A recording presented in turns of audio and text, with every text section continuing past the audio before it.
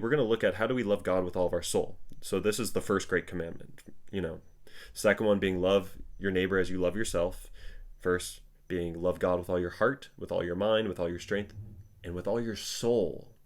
So how do we love God with all of our soul?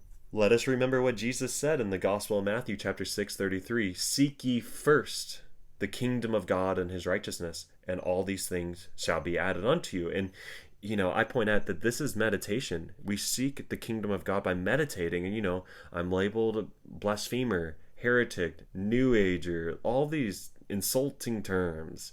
But let's move on. Luke 17:21. Behold, the kingdom of God is within you.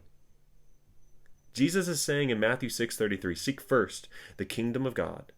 Luke 17:21, he tells us where it is. The kingdom of God is within you, inside of us.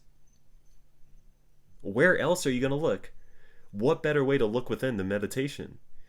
Christians are so quick to demonize meditation, but it's like, what's your interpretation of seeking first the kingdom of God that is within you? If meditation is the devil's work, then what's your answer then? If not meditation, how do you seek first the kingdom of God within you?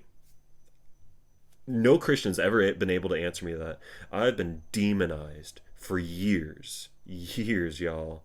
It's almost traumatizing. I got like almost PTSD from church. They're so quick to demonize, live in so much fear, a lot of ignorance, and they can never answer me on this basic thing of what Jesus is teaching.